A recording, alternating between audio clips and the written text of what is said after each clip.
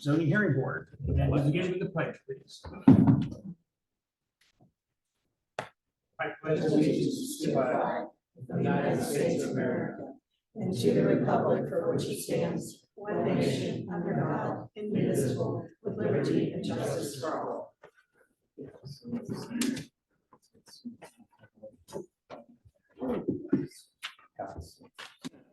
We are going to have to ask all three of you to make sure we get the minutes of any meetings we have missed approving for the October meeting. Tonight, we have no minutes to approve. Two issues on the agenda. And the primary reason we're going to discuss this first issue, which is signage in commercial zones, is we have had over the last 6 years an average of over 3 variance requests for signs. This community has changed dramatically since the code sections on signage was written. At our last regular meeting 2 months ago, 2 applicants came before us and they needed signage. And I think their needs seemed to be appropriate for the nature of their business and the area in which they were going to erect signs. The one business was desirous of putting up a sign in an area that was a cornfield when the code sections were written. The other was asking for a sign variance in an area that was scrub, timber, and brush when the code section was written. And basically, the community has changed dramatically. The code has not changed. So the three of us, Michelle included, have agreed that we need to re-examine the code section on signage. And ultimately, we, the Zoning Hearing Board, would propose changes. To enact those changes will ultimately require the action by the Board of Supervisors. We administer and adjudicate the code. We don't amend, change, modify. So we need the help of you.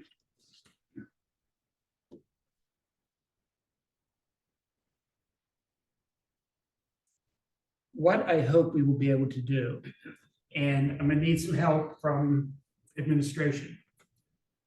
We want to publicize the desire of the Zoning Hearing Board to look at the needs of community, the needs of the residents, the needs of the commercial ventures. And the commercial ventures include the businesses, those who own the real property, and those who are the managers of real property. We need them to be aware that we recognize the deficiency in the zoning code, and we are requesting their comments. Is that something we can do? That's one. The broader we publicize our requests for comments, and we will seek oral comments at future meetings, but we need written comments.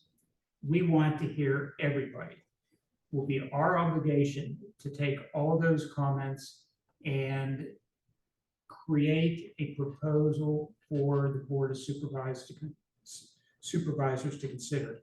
But what we need is we need input from the community. And I would bet there aren't too many in the community that have ever looked at Section 245 as it refers to signage. But if you would get the word out, and if we can publicize it through the various methods we have available in the township, I'd like to proceed with that. Judy. Would that include like the Belmont that was here a year ago, and they were selling it to boxes, and that's a commercial area or residential area, and they wanted to put commercial size zoning in a residential area, which I'm opposed to. So that would be covered under that as well. Well, correct? if it is zoned residential, It is. tough. That is not what we're looking at, and that would be an entire. We would handle any request by somebody that wants to go to Beaumont as we did in the past. Right, Okay, it is residential.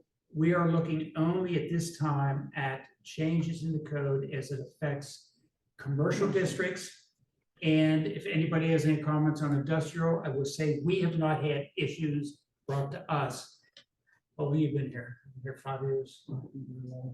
you guys have both done it over 6. We have never had a request from an industrial entity. So we are only now focusing on commercial. And Judy, back to, if somebody goes to Beaumont and wants to make a commercial venture on that property, we would handle it the same as we did the last time we had an applicant. Yeah, but the last time they wanted to put a really big sign and it, like, there was a discussion what size was allowed, and it's a and it wasn't commercial when it was initially built there, but it is now, or not, I mean residential, sorry, I keep getting the two confused. Residential, and there's been a change, and they were allowed to put up something that would have fit outside of what I would think you would want in a residential zoned area. So, but this, when I cover that, this is just for commercial. It would be that property is zoned residential, and they would have to find a way to get a special exception or a variance from this board to erect something in a residential area that is contrary to residential code sections. What we would do a commercial would have no impact upon that. We would look at it independently as we did before. But I would say that in art, I think there's almost, seems like every month we had a signage issue that we had to, commercial. I mean, just variances, setbacks, size, distances. I mean, it's. Not quite every month, but Brandon Damn near. looked at the last 6 years, and we averaged over 3 commercial district sign applications per year. But a lot of those, were they not, because I didn't make it to all the meetings, but I've been to several, and it was like Giant Eagle. If the old zoning code said 15 feet, and theirs was 15 feet, the new zoning code said 5 feet. They came in and said, well, we're not 15, we want to do it 10, but we're still outside of the 5. So it was like a, Judy, you've been at enough of our meetings. You understand, and for the rest of you, Yeah. what we've done, particularly with these last 2 applications 2 months ago, what the 2 requests asked for was, or were, significant variances from the code, and we approved both of them. And we approved them because the one sat across the road from the Meadows. And if we had not approved their application, I think it would have been very difficult for them to identify their business along Racetrack Road. The other one was in the old cornfield. And prior to us being on the board, and even with us being on the board, there have been signs erected in that area that are contrary to the code. So when the applicant came before us 2 months ago, what we tried to do is have them do as little as necessary in contradiction to the code, but to fit into that neighborhood. And we just keep doing this. And what we do, we're free, but he costs money and she costs money. And to go through all these applications is a lot of time, a lot of effort, and a lot of cost to the community. sure. And all we do is tell these commercial ventures, you gotta come and spend money and you gotta argue your case. Yeah. When in fact, what they're trying to do is fit into that commercial district. So however we can publicize it, please. We will stick with commercial for now, but we really need to hear from everybody. We need the residents, we need the business owners and operators, we need the landowners, we need the lessors, we need the management companies. Anybody who can help us understand what would fit best in our community and support the commercial businesses. Any more to say? It's more room to do. One other issue on the agenda.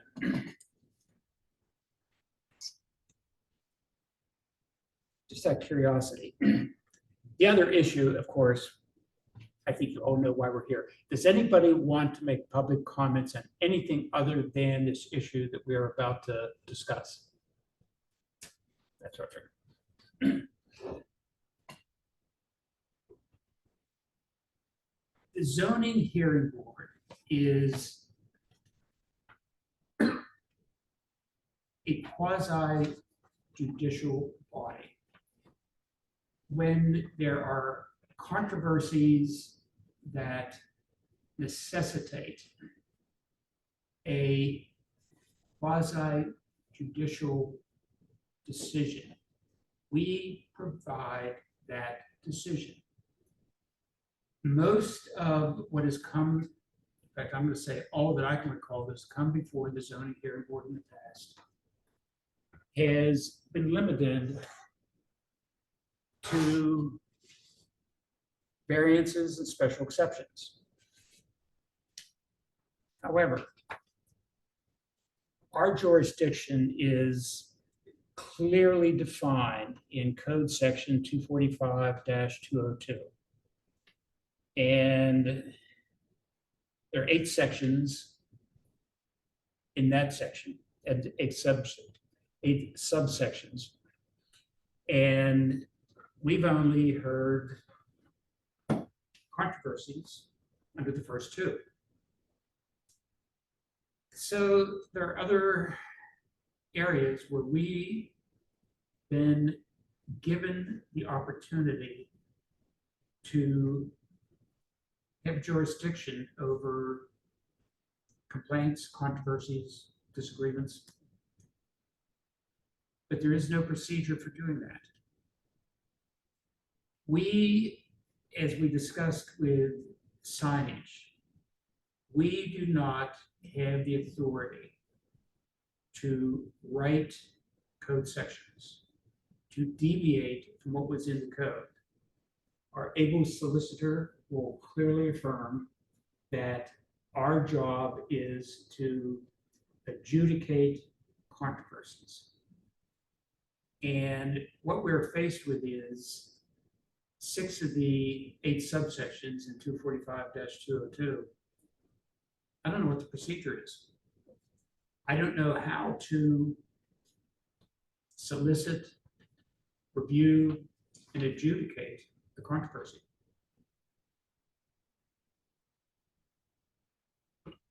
It all somehow revolves around an issue up on Floral Hill Drive.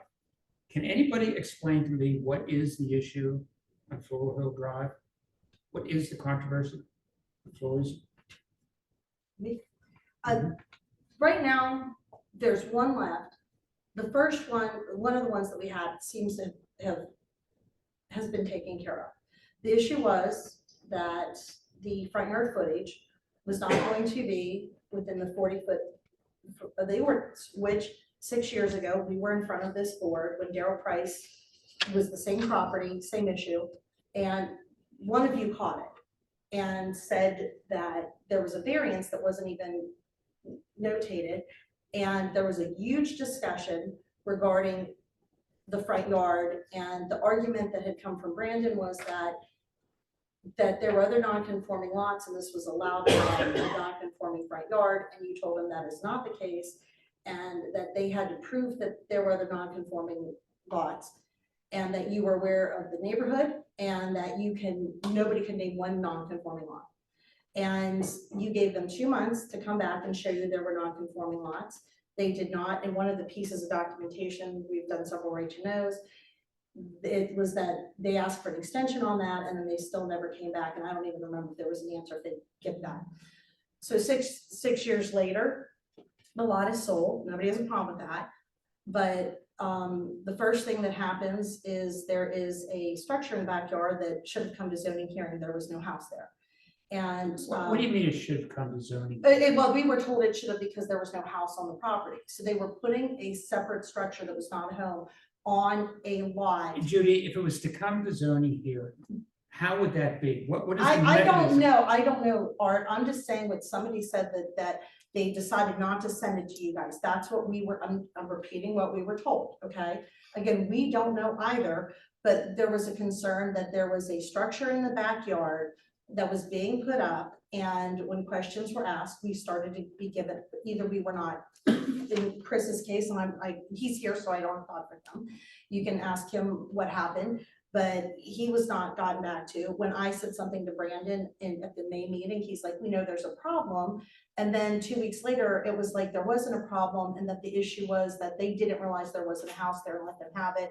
And then, but there's contradictory evidence to show that they didn't know there was no house there. So we were being told by them that Who is them? Brandon and people from zoning, but specifically Brandon was the one that kept telling us different things. And even at the meeting, we caught him in a lie, because he went from saying that he made the guy give them a survey to put the structure up. And then he said, well, but we didn't know there wasn't a house on the property. And I said, how did you not know there was a house if they gave you a survey?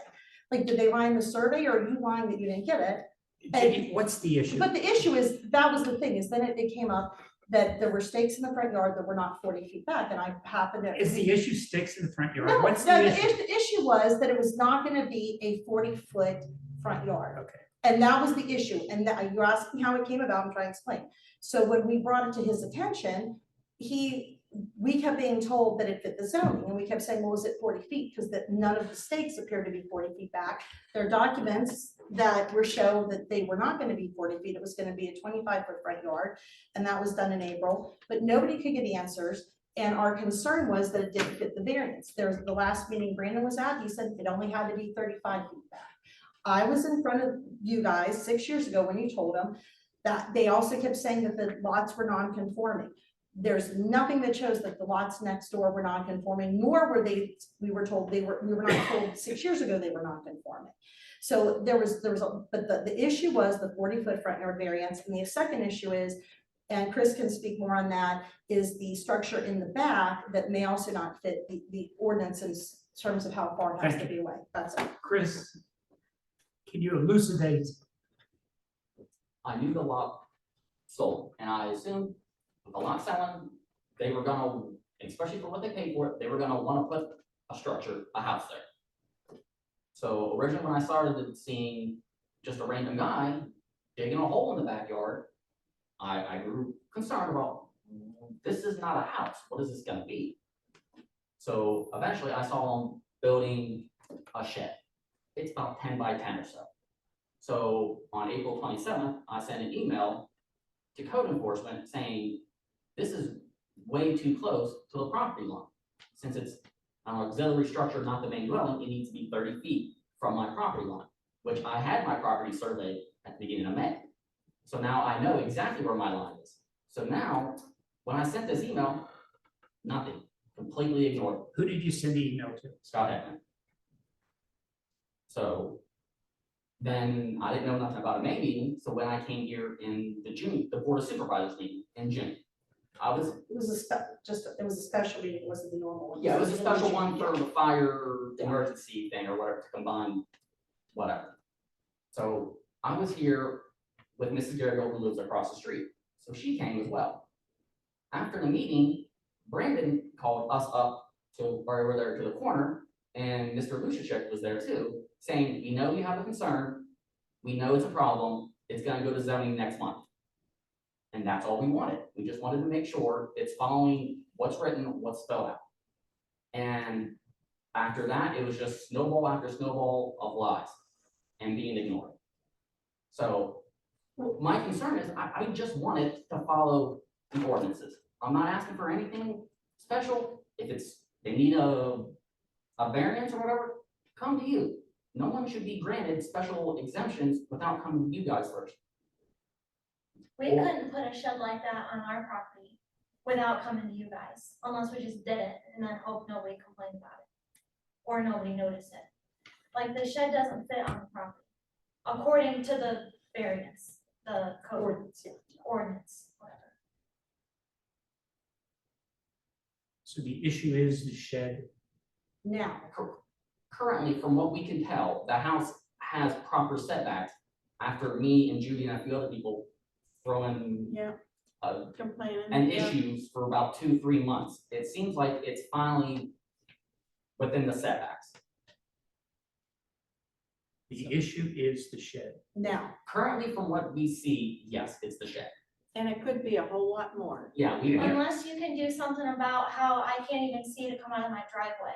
But I don't think that's a zoning thing. I think that's well, a somebody else's it's- to issue. be fair, it should, Yeah. I don't it think, might be because I don't think stuff is supposed to be put on the road easement, which is about 6 feet off the road, and they're putting stuff, they got trailers and now they got bobcats. They right on the had road. the dirt pile there since they Months. started digging. And my dad and my little brothers almost got hit coming out of my driveway because of the dirt pile, and it's still there. Yes.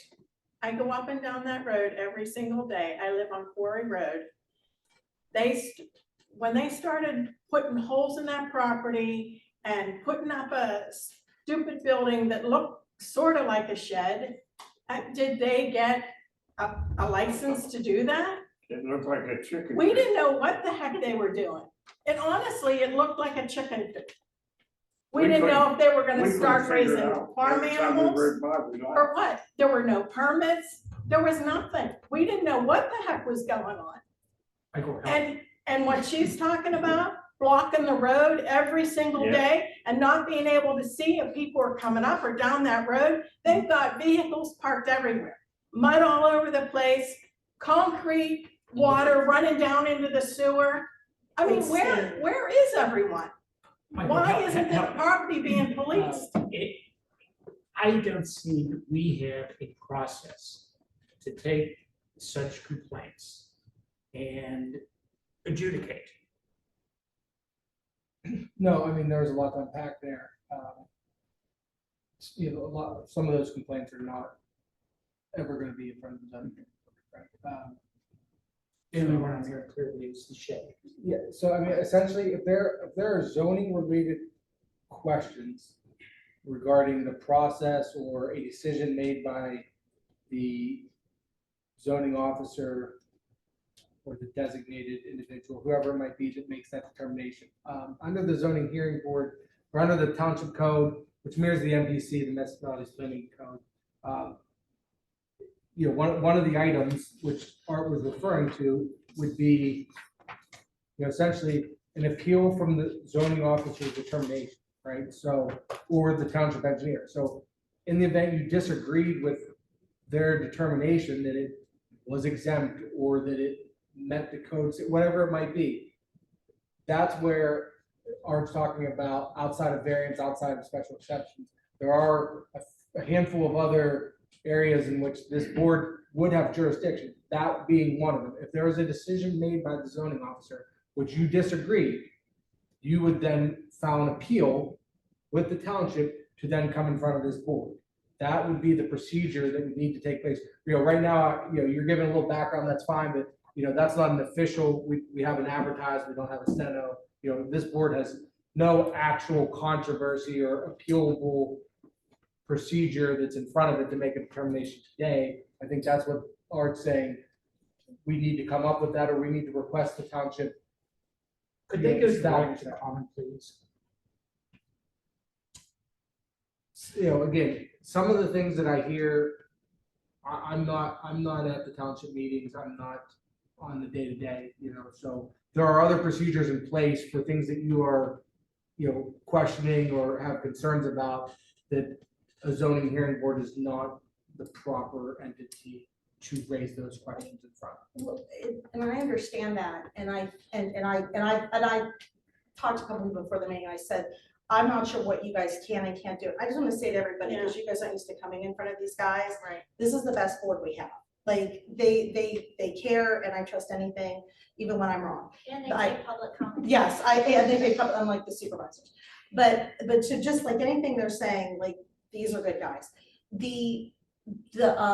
What, some of what you just said and what you're saying are, we were never told by the township. And I know Jeff, and I'm sorry, I don't know your last name, so I know, but I'm gonna say it, so I'm just calling Jeff. Jeff is new and he had nothing to do with any of this. Right. But the former manager it was like, this is a done deal and that's it. And then he'd go back and forth and say that there was a problem, and it was coming to zoning and then it wasn't. He's gone. I Have understand you that. gone to Chief Kramer when he said? I understand, and I understand that. And again, I'm not blaming Chief Kramer, But but did you go to Chief Kramer and say, Chris has sent Right. emails. If you don't mind, I'll please? provide some information on those. Anytime I got a phone call or an email, I got in my vehicle and I drove to your property. I backed, Yeah, his job. I backed into your driveway. I have pictures from your driveway at the dirt pile and also showing the porta potty that both of them were blocking your line of sight. That's one of the reasons the porta potty got moved. The dirt pile, they were told to move it. I don't know. It's gotten bigger. apparently- It's gotten bigger, and now there's pallets of wood in the same spot the porta potty And was. now there's about trusses. half. Again, I'm not, Yeah. it wasn't, I wasn't on you. It's I- gonna be, but just know it's gonna be addressed. It's a public safety issue. I sat in your driveway and tried to pull out too. And I took a picture of the fact that you cannot see. I mean, So, that I and agree. you're, I think most people this day and age drives an SUV or a crossover or a truck. Sure. Where my main vehicle is a station wagon, so I sit a foot or two lower than everybody else, so I do have less vision, and the people coming down the street, And they're also having to come in the oncoming lane now Yeah. because of the vehicles. Exactly. So It's we will address that. It is.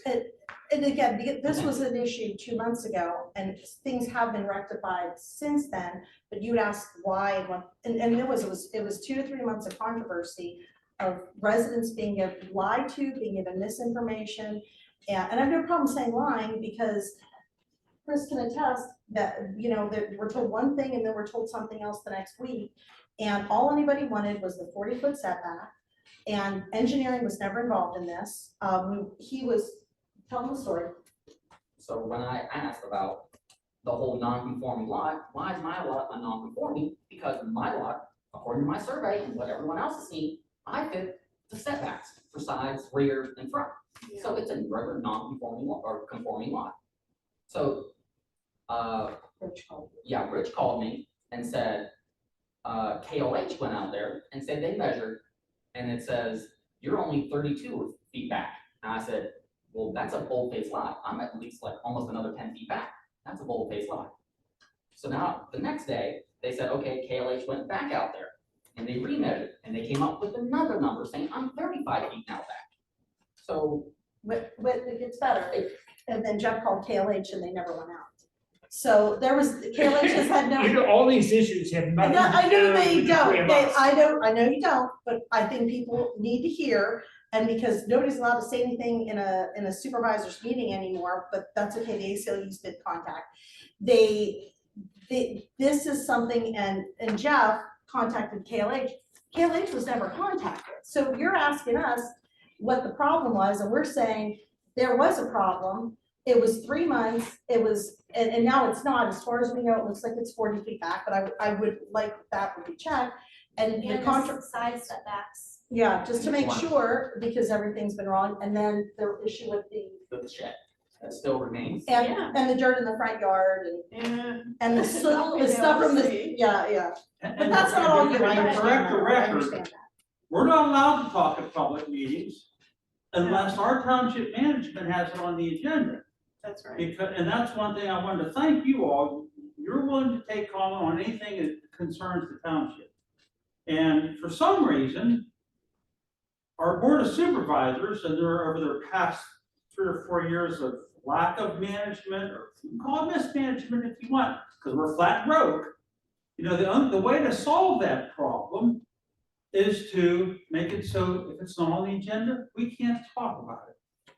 And unfortunately, our board of supervisors has chosen to make our new manager, his first official act was to sign the ordinance that shut the residents up, which I think is just downright shameful. May I? Oh, So this is the action, the Yeah. board? Yeah. Okay, I'm totally unaware of it. So Please.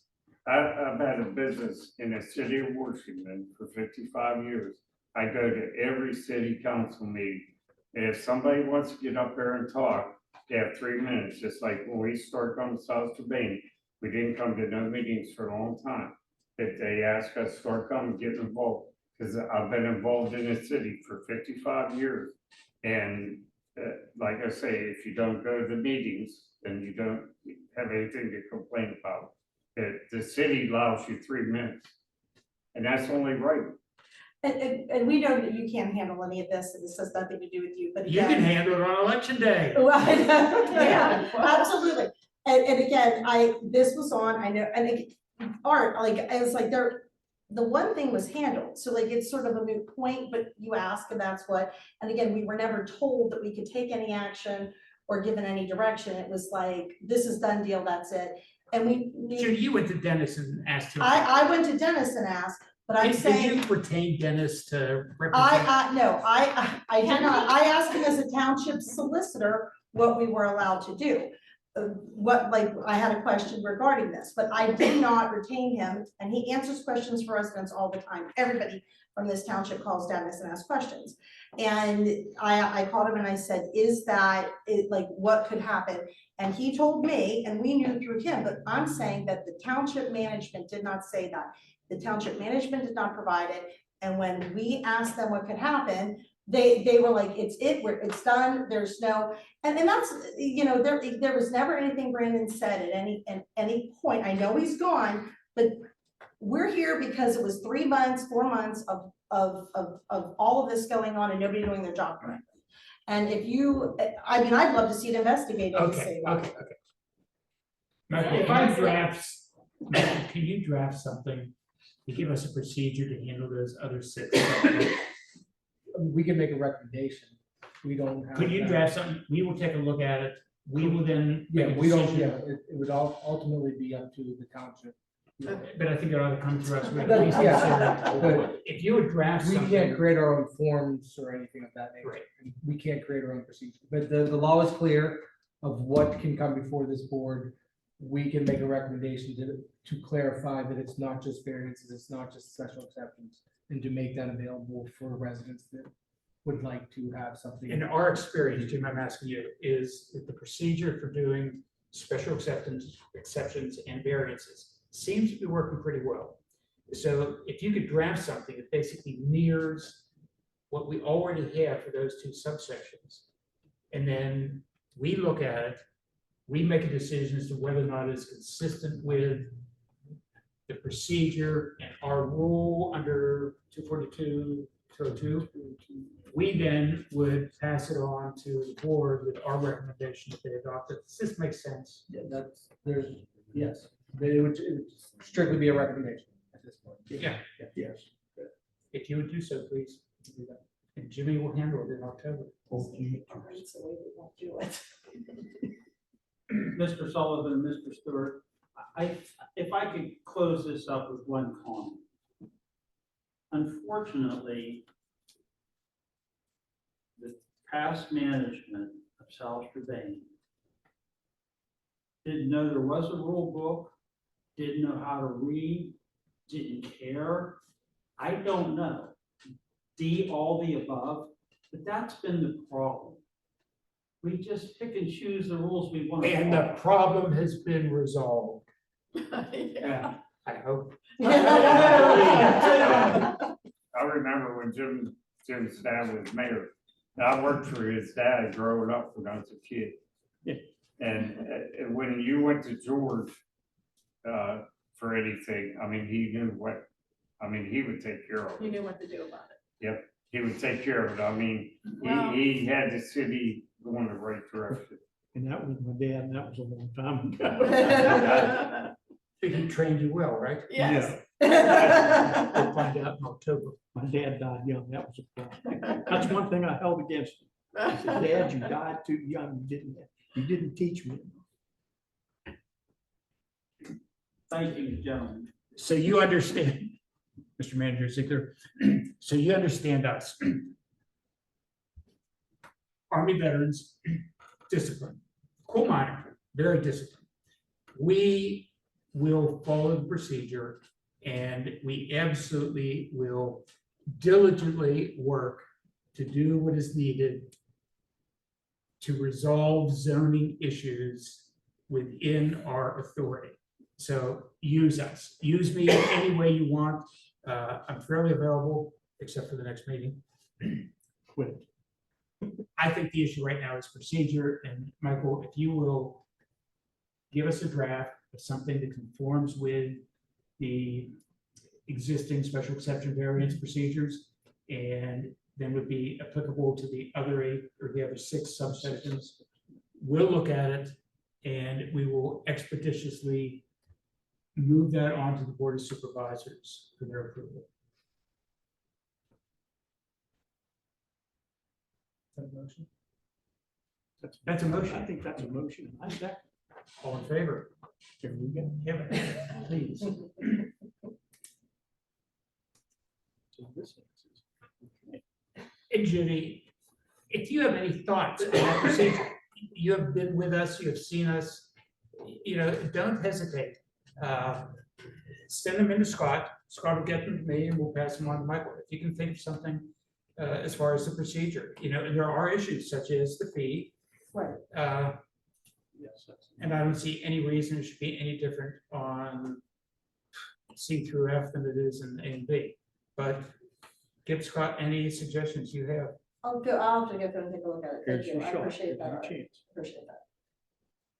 Send it on to me, Scott. Okay. Any other business? Oh, good. We're done.